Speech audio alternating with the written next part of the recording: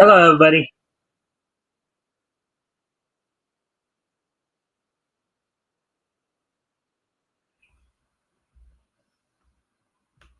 All right, welcome to the Mikestand. Hopefully, everybody's having a. We've reached the middle of the week, hump day. So today is, of course, Wednesday, January the 22nd, 2025. I hope everybody's having a good week thus far. Of course, if you haven't already, if you guys can help out by liking and sharing the stream, see if we can get some more friendly people in here to engage. That'd be appreciated. Also, if anything here grabs your attention, feel free to comment and or ask questions. I'll try to answer the questions to the best of my ability. So, of course, as we wait to see if more people will show up before I talk about what's on tap for tonight. Um, Let me just um, of course, watched some cartoons today. Looking about golden age of animation, some including seeing Pooch the Pup, which apparently started up in late 1932, but apparently Wikipedia didn't have any of those listed on the 1932 animation page. So um, I saw Mary Dog, which is technically the sixth Pooch the Pup cartoon. Anyways, as I said, we're just waiting on more people to show up. So, as I said, if you guys can help out by liking and sharing the stream, see if we can get some more friendly people here to engage, that'd be appreciated. Also, if anything here grabs your attention, feel free to comment and ask, comment and or ask questions. So, let's see now. What else is there to talk about?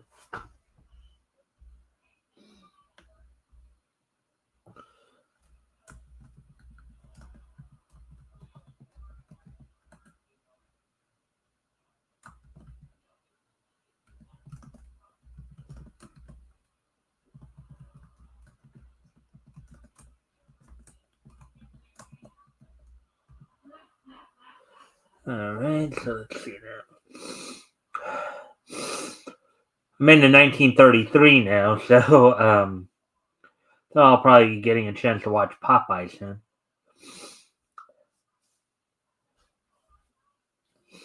Hmm. Oh, we're at the 3 minute mark now, so I guess it'd be a good time then to now talk about what's on tap for tonight. So tonight I'm going to probably be going over three articles, one from Bleeding Fool, the other two from MeTV. First off will be the one of the stories we've been following the last couple weeks is the apparent downfall of Diamond Distribution. As some of you know, as we've reported on here, and as we look back, it's they filed bankruptcy about a couple weeks ago. And also after that, we're going to be looking at a couple articles from MeTV Tunes, regarding you know the Flintstones of all things. Looking back to some stuff involving the Flintstones. So that, and then of course we'll have the wrestling wrap up, get you all caught up on the latest in the pro wrestling world. You get caught up on last night's NXT.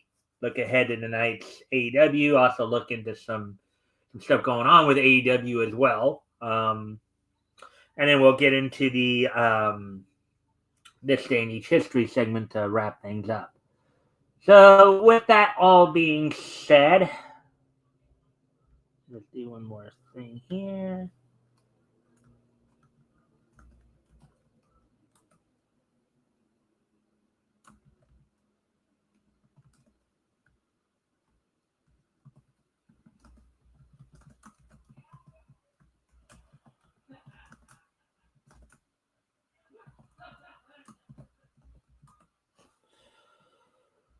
Let's see now. Let's do one more quick thing, and then we will probably get started on the.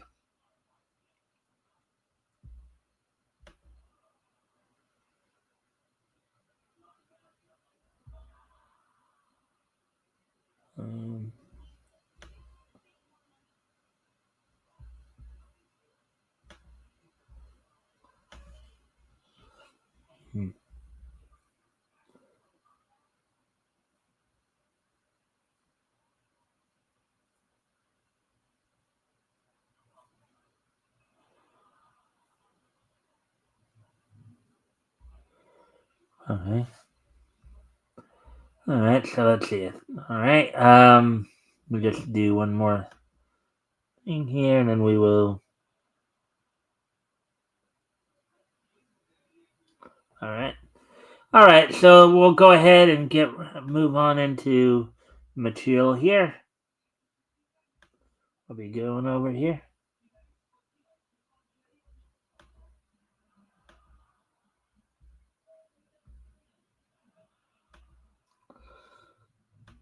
So let's get started then. All right, so the first thing we're going to look at, of course, is this article. Monopoly to malfeasance, looking at Diamond Distribution's bankruptcy. Article by Avi Green, published yesterday. So now this is obvious because I know some others have talked about it, like Chris Braley talked about it. So, and other people have been talking about it. So now we're going to be looking at Avi's perspective here on this. So, the company that had once had a monopoly on comics distribution and seemed to be against competition had released a Business Wire press announcement. They're going bankrupt and filing for Chapter 11. Now, mind you, this is 2 weeks old, obviously. I think they filed for Chapter 11 like a couple weeks ago. Because remember, we've been talking about it the last couple weeks here, along with some of the new allegations that have popped up against Neil Gaiman as well. So, anyways, now on to the press release here.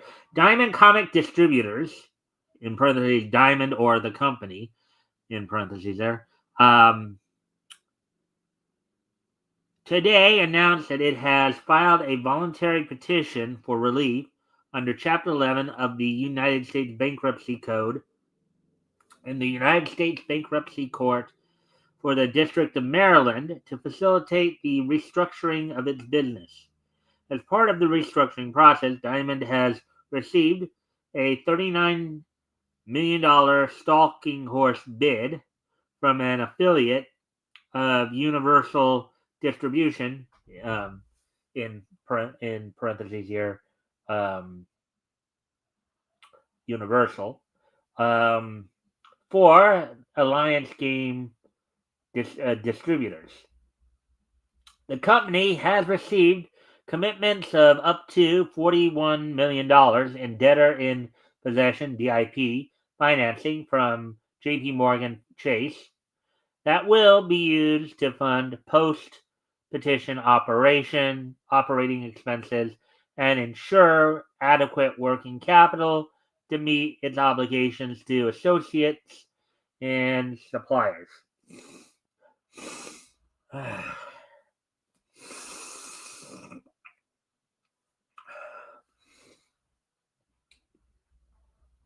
In addition to securing DIP financing and a stalking horse bid for Alliance Game distributors,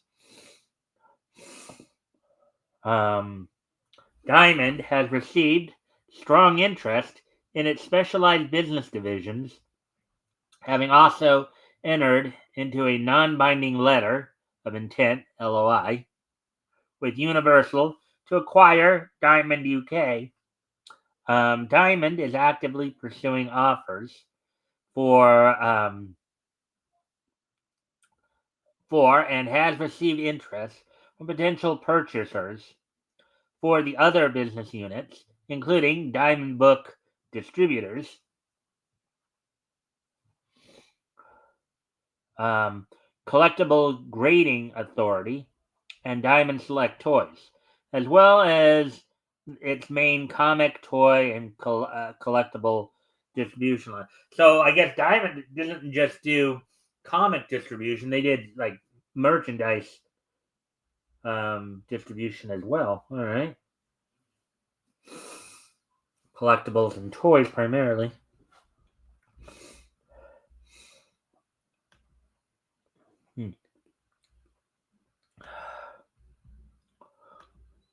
Given how pretentious, okay, so this is Avi speaking again. Given how pretentious their business was, and how quite a few insular ideologues acted as though the industry should solely rely upon them, they're really no loss. And something tells me they've been no help to the independent scene either. For all we know, what money they've received for restructuring probably won't avail in the end.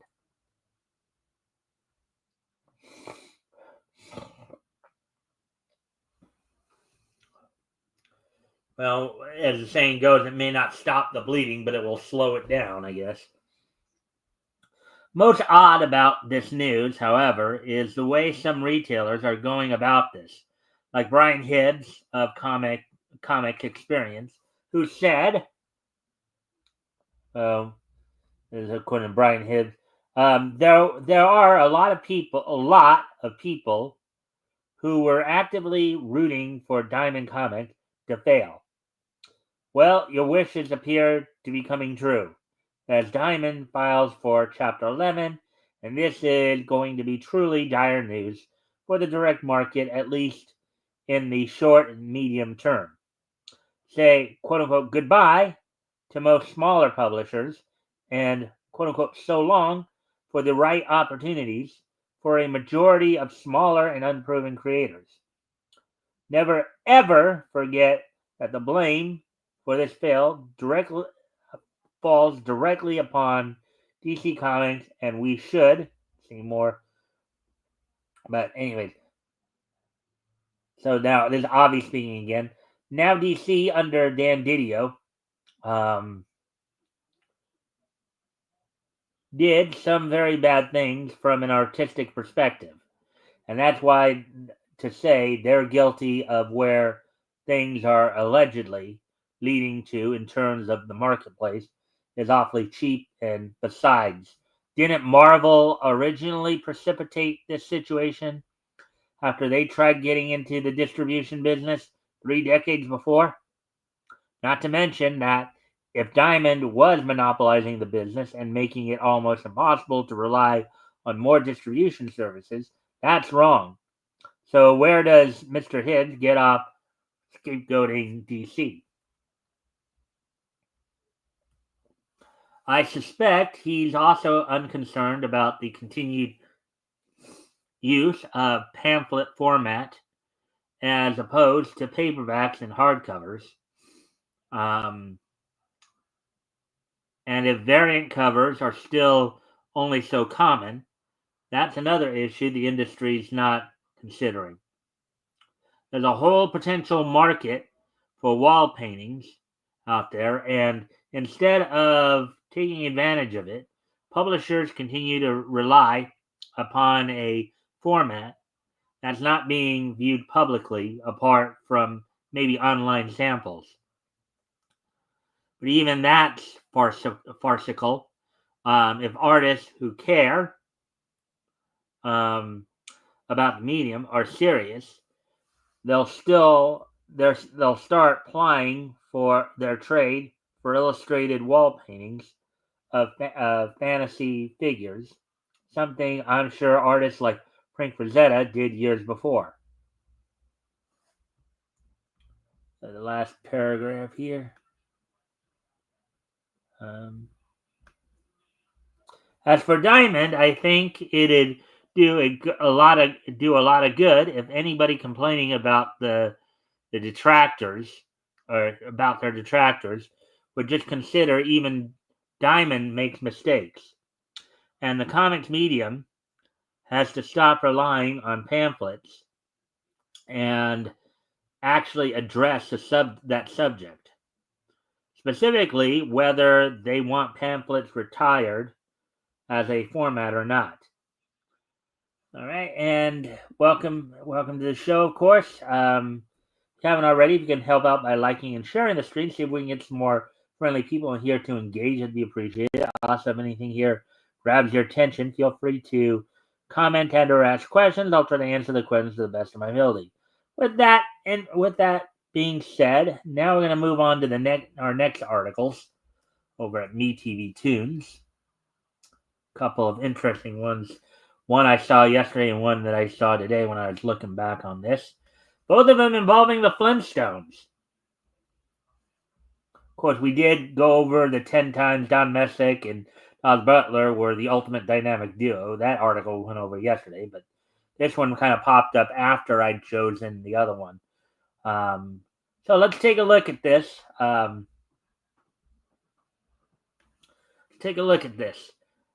William Hanna revealed all of the Almost Flintstones eras, a modern Pilgrim family.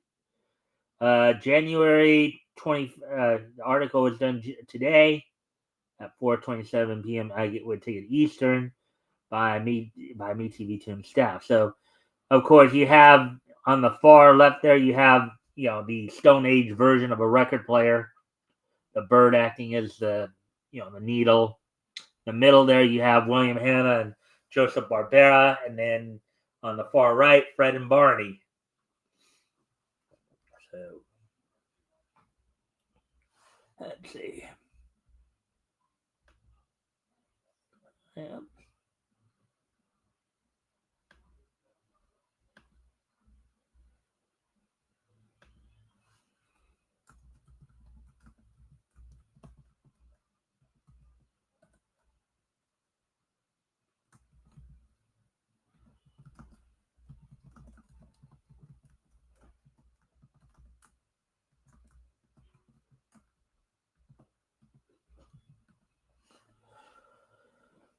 Let me just do a thing here.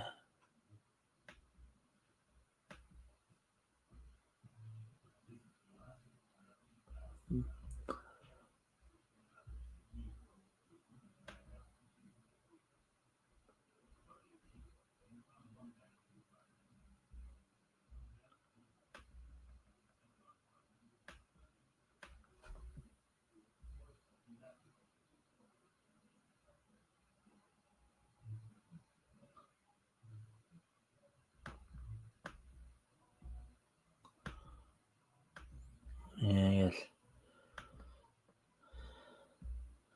All right. So, anyways, let's get back. So, it's hard to imagine the Flintstones as anything other than cavemen. But that wasn't the first idea Hanna-Barbera had for them in 1960. John Mitchell, the head of sales for Columbia Pictures and Screen Gems, approached William Hanna and Joseph Barbera with an idea to create a cartoon for prime time. Hanna and Barbera were initially hesitant, but Mitchell was persistent and excited about the concept. Mitchell had been a huge part of Hanna-Barbera's early success in getting them on television. But at this point, their cartoons were 5 to 7 minutes each, and most aired on Saturdays because that was when children watched cartoons. Yeah, and of course, the 5 to 7, going back to the golden age when they were still working for MGM Studios and doing a lot of the Tom and Jerry shorts. At this point in 1960, there, some of the shows that they had, they had Rough and Ready come out 3 years prior, and then Huckleberry Hound show 2 years prior, and then Quick Draw McGraw show 1 year prior. And in each case, they were doing like segments. They would instead of having like 1.5 hour long cartoon, they'd be like, as they said, like 5 to 7 minute, cartoons that where you get like about 3 cartoons per half hour block. Anyways, let's let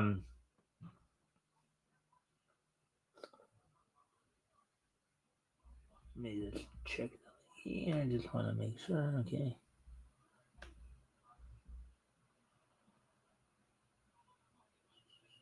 Okay. Simultaneously, Hanna-Barbera was the only animation studio making cartoons for television, and they realized that if they didn't move in on the half-hour prime time format, someone else would.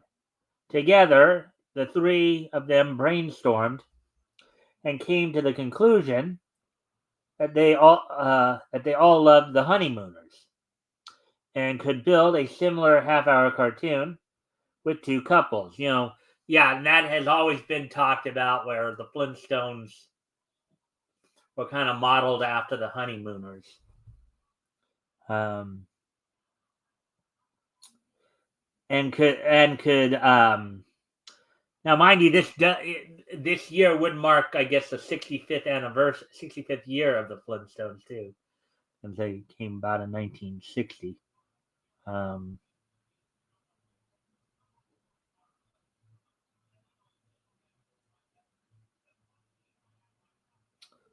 Creatively developing the characters proved to be a struggle. At the time, Hanna-Barbera mostly had animal-themed cartoons. This would be their human first venture. The question they were asking themselves was, what kind of people would make a primetime cartoon worth watching? hmm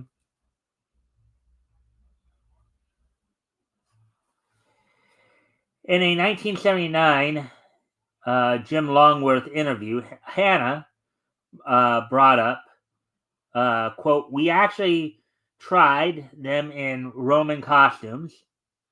We had them as pilgrims. We had them as contemporary people. A pilgrim cartoon may sound far-fetched, but Hanna-Barbera kept the Roman idea around for a later cartoon called The Roman Holidays." Mhm. And of course, they, obviously 12 years after the Flintstones. Well, okay, so 2 years after the Flintstones, they came out with the Jetsons. And then 10 years after that, I think it was like 1972 or maybe even 73, they had, of course, Wait Till Your Father Gets Home, where, you had Tom Bodley, who would voice the father in that. Um, so, in Hannah's autobiography, A Cast of Friends, he also mentions, quote, "They were designed as Indians, as gypsies, even as pilgrims. No one was really thrilled by any of it. The sparks weren't flying," unquote. Joe Barbera also mentioned the creative development. Um, Quote, "We thought about a family with kids, without kids, with a tall husband and a short wife, a nagging mother-in-law, a dog, a cat, no pets." Yeah, I mean, and they would play out a lot of this stuff throughout many of their cartoons too. I mean, it's kind of funny. They started out with the Flintstones. 2 years later, they come out with the Jetsons. They'd also have, you know, they'd also have, of course, um, the Adventures of Johnny Quest in 1965, the Roman Holidays in 1972. So they were doing a little bit of everything there. Now, granted, again, most of their cartoons that they would focus on throughout the 60s and 70s were, anthropomorphic animal characters. Scooby Doo, Yogi Bear, that kind of thing. So even Speed Buggy. So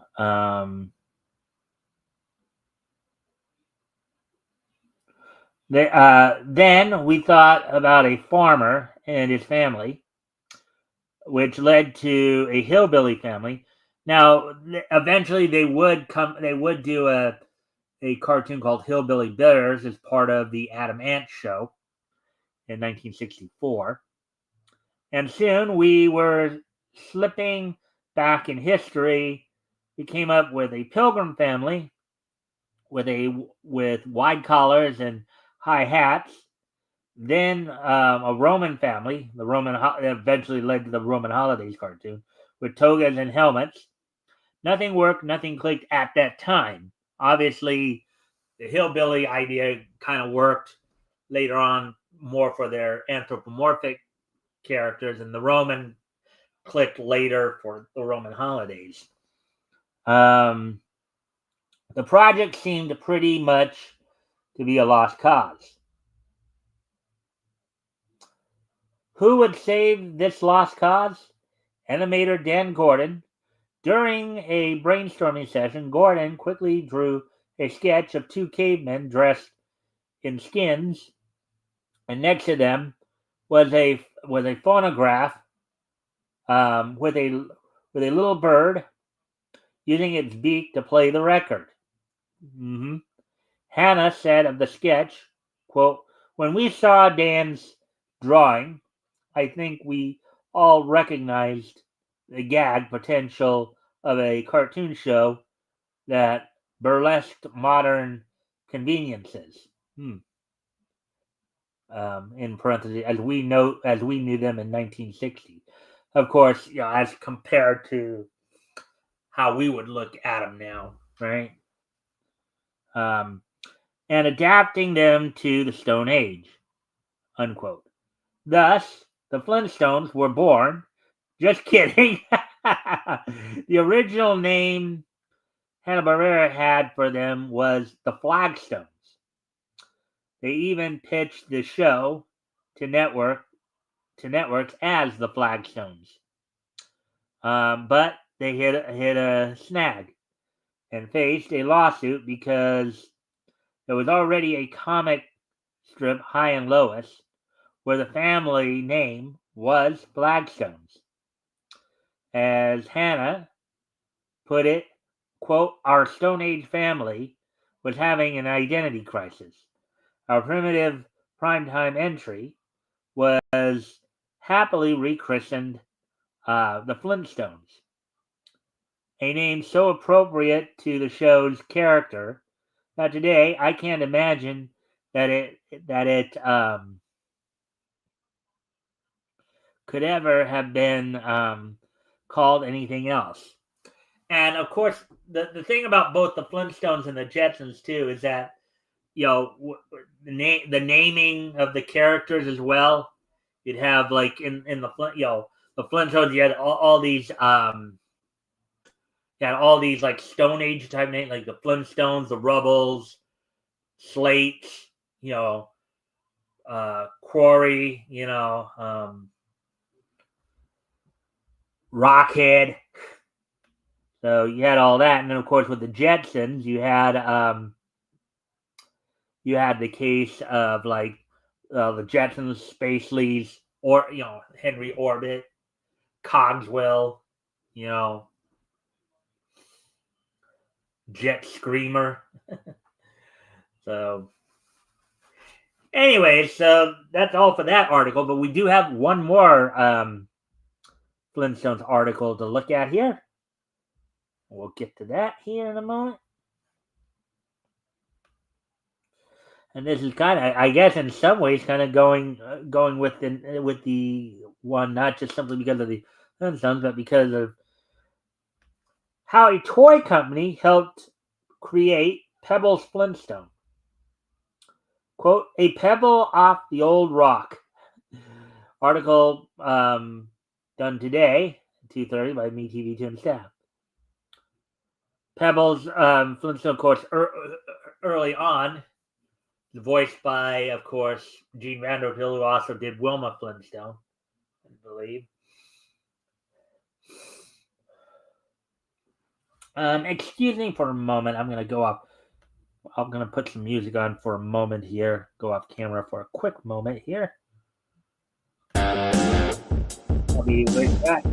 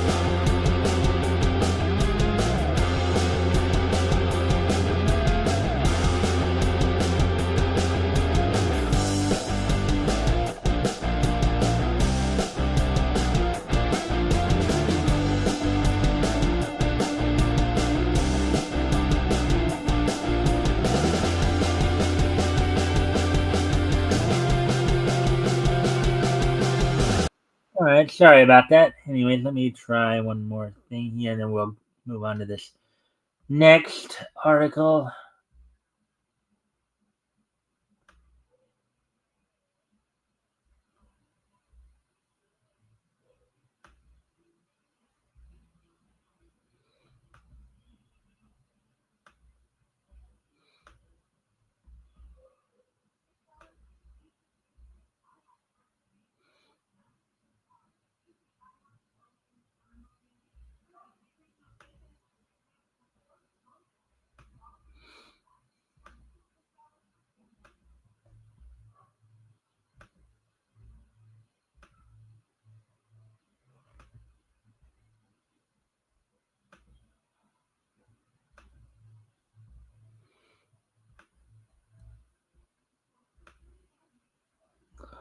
All right. All right. Well, anyways, friendly reminder, of course, if you guys haven't already, if you guys can help out by liking and sharing the stream, see if we can get some more friendly people in here to engage. That'd be appreciated. Also, if anything here grabs your attention, feel free to comment and or ask questions, and I'll try to answer the questions to the best of my ability. With that being said, let's go ahead and move on to this next article here of how a toy company helped to create Pebbles Flintstone. If you love Pebbles Flintstone, think Sheila Barbera and Ideal Toys. Sheila floated the idea of the Flintstones having a baby to her husband, co-creator of the show and one half of Hanna-Barbera, Joe Barbera. Naturally, she was probably thinking that she wanted to bring a baby into her own life, so she was like, well, why not throw it into the cartoon as well? He took the idea back to Hanna-Barbera and described the situation as, quote, this idea of hers to give the Flintstones a baby. Set off 2 days of uncharacteristically rancorous meetings at the studio debating the sex of the offspring. After much collective hair pulling, we decided it's a boy. But that wasn't the case. The writers and animators took off creating the mid-season story arc around bringing the Flintstones baby to television. The pregnancy would begin with the episode The Surprise, which aired in, I believe, February of 1964, because I think we actually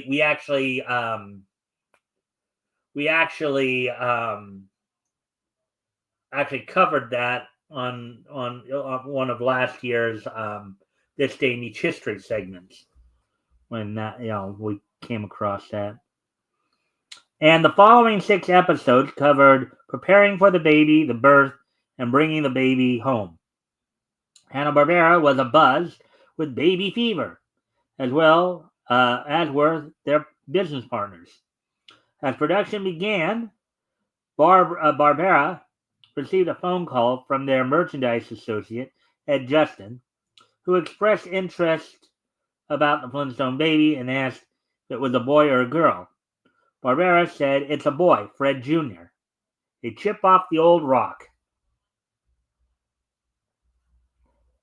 Quote, that's too bad, unquote, Justin replied. Quote, I've got the vice president of Ideal Toy here, and the only dolls they're doing are girls.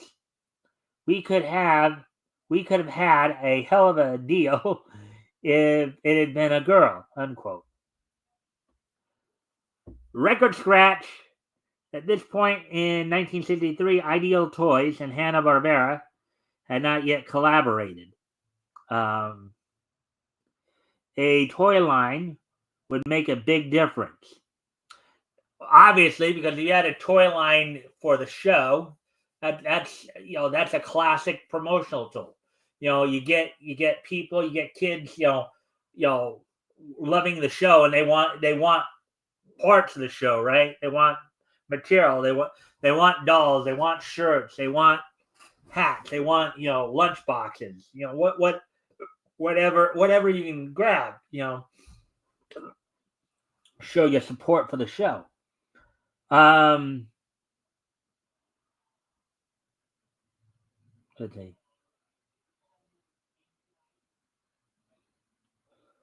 Other shows Hanna-Barbera was still okay. Toy line would make a big difference. Despite the success of the Flintstones and other shows, Hanna-Barbera was still a very young company in need of business partnerships to continue funding their cartoon empire. They already ruled Saturday morning cartoons for kids, and now ruled the primetime slot with the Flintstones. A toy line around one of the most popular shows was sure to be a successful move. Thinking quickly, Barbera improvised, quote, "It is a girl. Her name is Pebbles. A pebble off the old block." Talk about fast moving, huh? Well, okay. You know something? Well, we don't want to lose out on this deal, so hell yeah. We'll change it to a girl. We'll make it a girl. Yep. Let's see. Suddenly, the new Flintstones baby was now a girl, and a girl with a line of dolls at that. Pebbles went on to become a huge attraction to the Flintstones brand. Yes, I mean, Pebbles and later Bam Bam, of course, they would bring in the boy eventually, as the Rubbles would adopt the world's strongest boy, Bam Bam. Pebbles and Bam Bam, of course, it would obviously, they'd become major characters throughout the Flintstones franchise, both as as toddlers and as toddlers, as younger kids, and as teenagers. They even had their own show in 1971, the Pebbles and Bam Bam show. Let's see now. Let's see. While she only entered the show halfway through season 3, Pebbles became the face of the Flintstones and its products, including toys, games, the children's vitamins, and even the Flintstones themed cereal, which were named after her. Fruity Pebbles and Cocoa Pebbles. Once the ideal toys, Pebbles dolls, were created, they sold $3 million in the first 2 months. To compare, the first Barbie doll only sold $350,000 in its first year. The Pebbles dolls were a huge success. In later years, Hanna-Barbera would have a very close relationship with Ideal Toys, specifically as a sponsor for Magilla Gorilla Show, which came out in 1964, and the Peter Harmon Show, which came out in 1965. Ideal Toys also created toys for most of the Hanna-Barbera cartoon lineup, including Mush Mouse, Ricochet Rabbit, Yogi Bear, Pixie and Dixie, Droop Along, Lippy the Lion, and many others. This successful partnership all started with One Cave Baby. And yes, they eventually made Bam Bam toy baby dolls too. As I said, Pebbles and Bam Bam had their own show in 1971. They were also, as teenagers, I believe they were major characters in the Flintstones Family Comedy Hour. See them both as young kids and adults in other shows and movies. Actually, I think it was in 1996. I just found this out about a couple months back. So apparently, as kids, not toddlers, but a little bit older, young, what we would call elementary school age kids, right?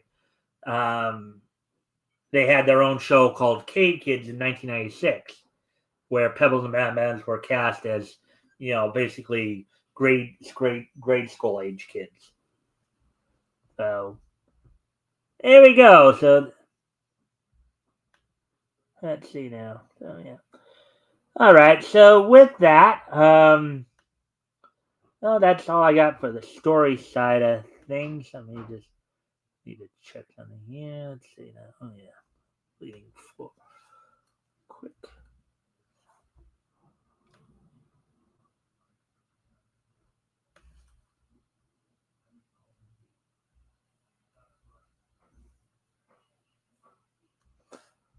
All right. All right. So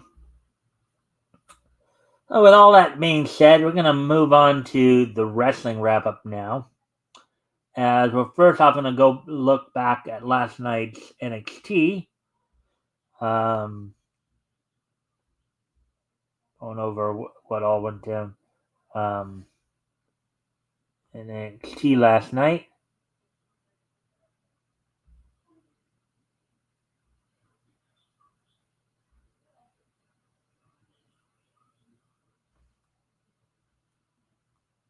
Oh, yeah.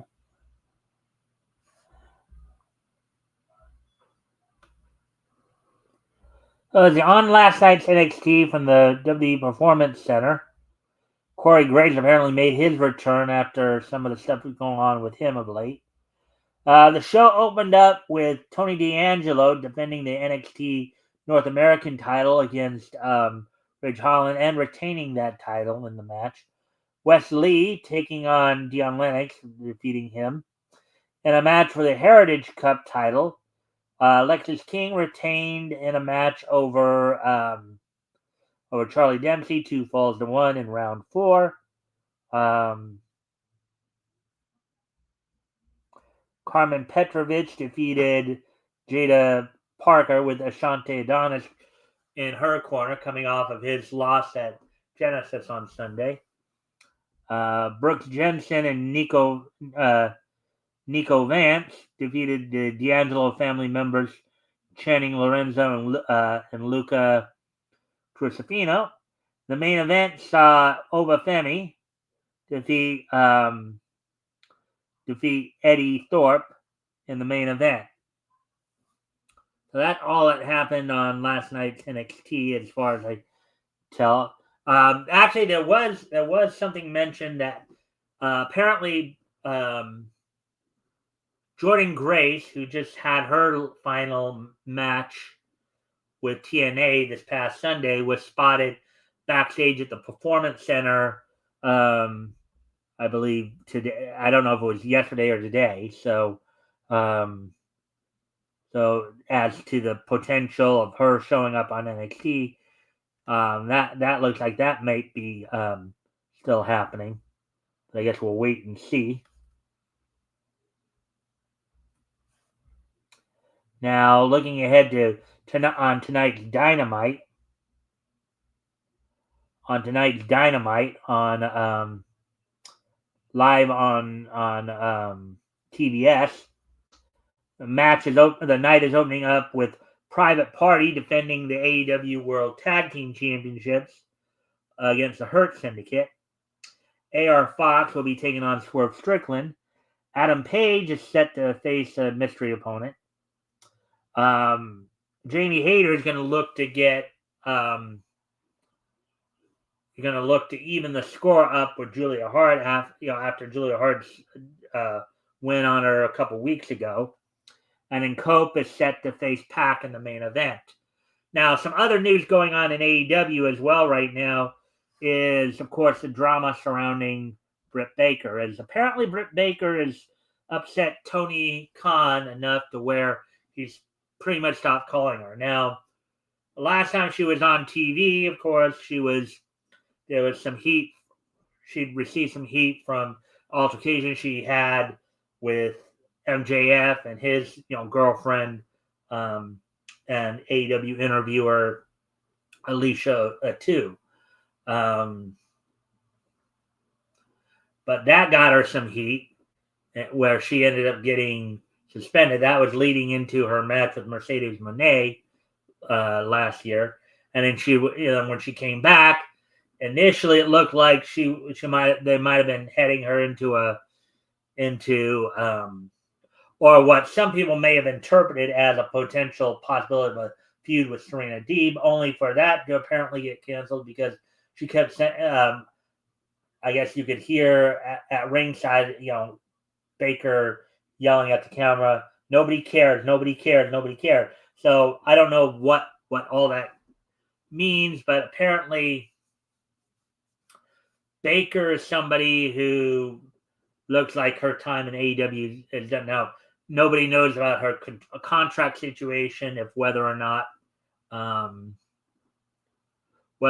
she's and considering she was like one of the top women in the company for a while there when she first came in back in 2000, and then once she turned heel, she was basically the top heel in the company for like a year or almost a full year, holding the AEW Women's World Title. But now, Baker, unfortunately, is the latest in a number of AEW talent that seems to be up in limbo, for one reason or another. Of course, we also know about, of course, the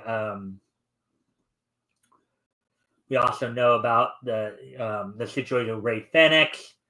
He recently had asked to be released from his contract, was denied, and just this past weekend, it was also revealed that Ricky Starks apparently wants out of his contract with AEW, and Tony Khan's not going to let him. Now, Ricky Starks, as I understand it, has decided to basically has gone on the idea of, well, if Tony Khan's not going to use him, then he'll just start taking indie bookings, and maybe that's what some of these others, I know Danhausen had recently come back to Ring of Honor after a significant time away. Now, some of these people injuries are playing into it too. We haven't seen Wardlow in a while. Wardlow is somebody who has a lot of high potential there.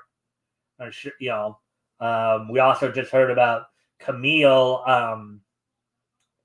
Camille, apparently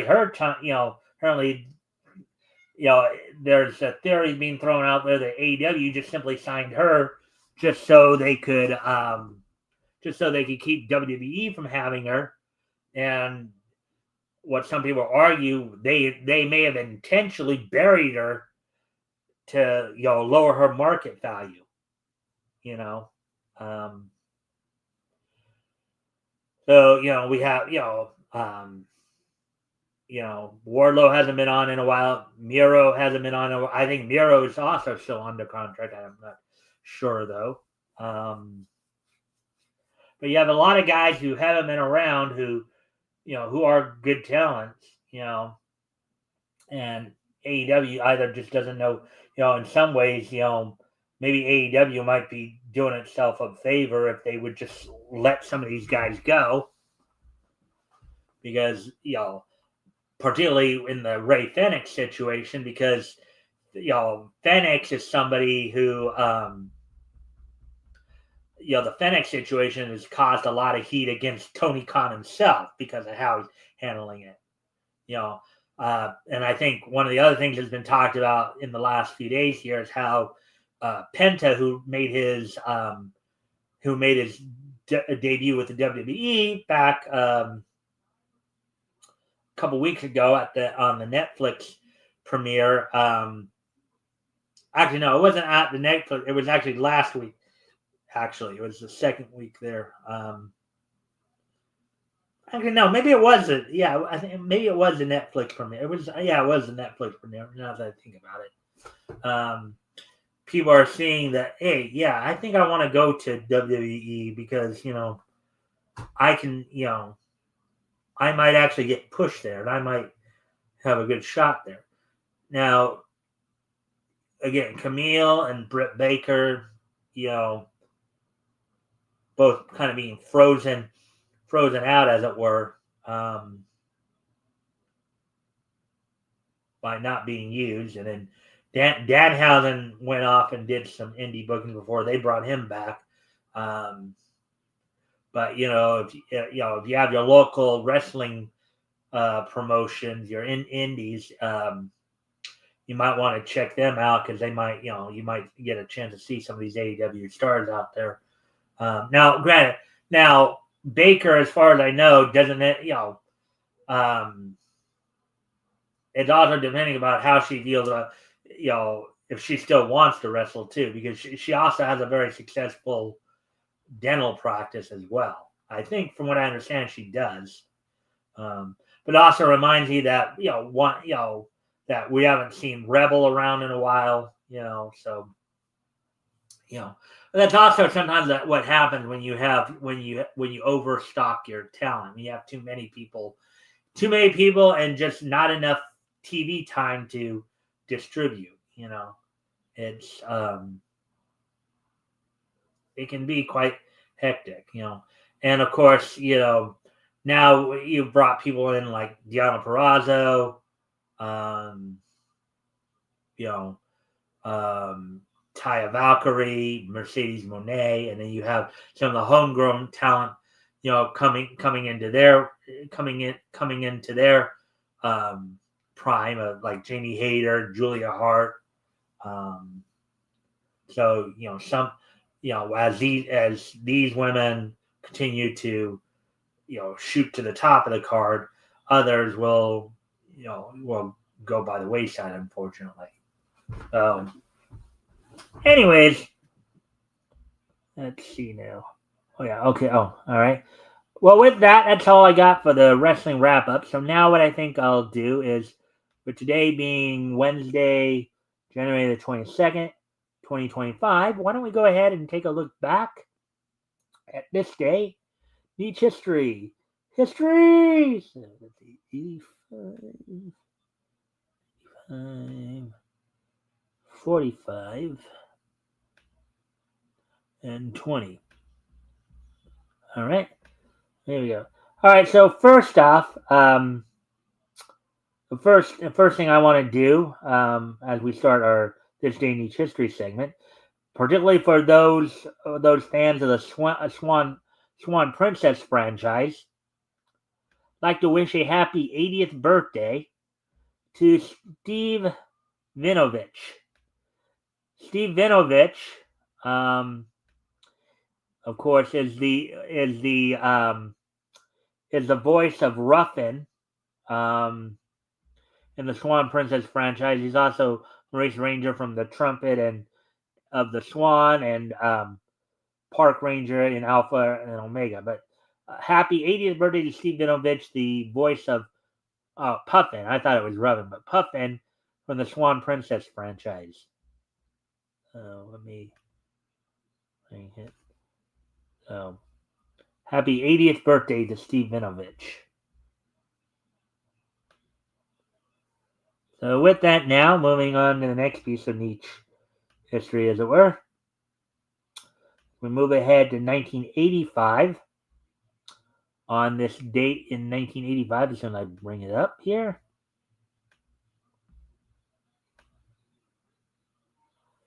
on this date in 1985,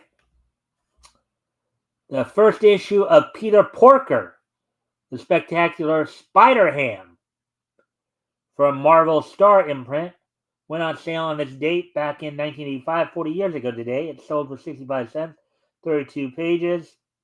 The Mysterious Island of Doctor Doom. Obviously, these are anthropomorphic versions of the Marvel characters that they're doing here. Of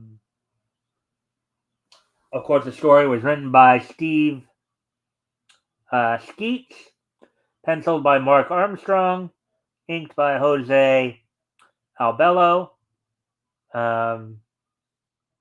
lettered by Rick L. Parker, and colored by Stephen Malloy.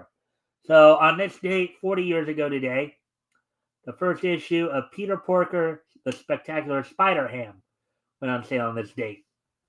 There we go with that. So now, moving on to the next piece of Nietzsche history as we move ahead 10 years to 1995. As on this date in 1995, Midwest Territory wrestling legend Jerry Blackwell passed away at the age of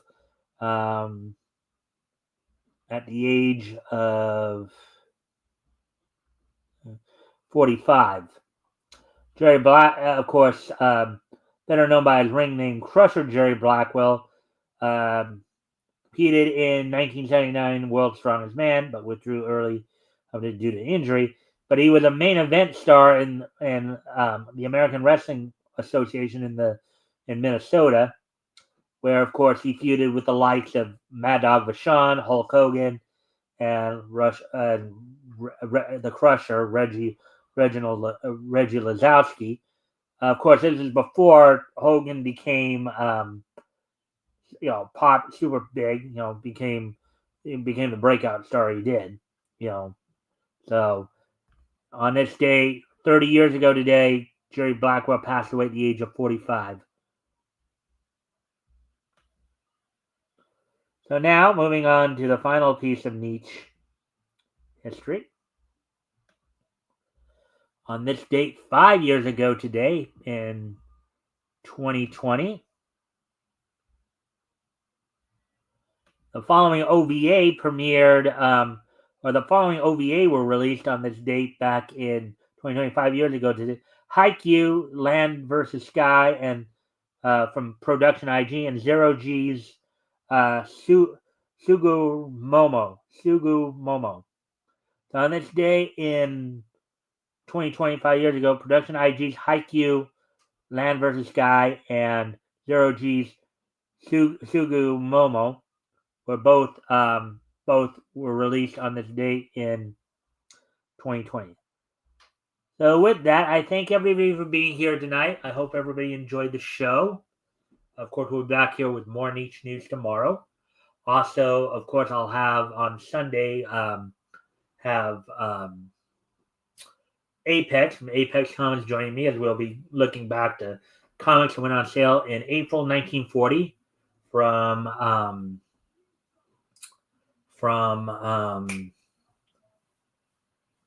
April of 1940 from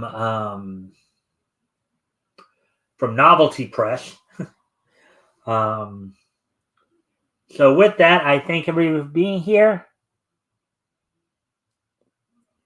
And I hope to see everybody back here tomorrow. Bye.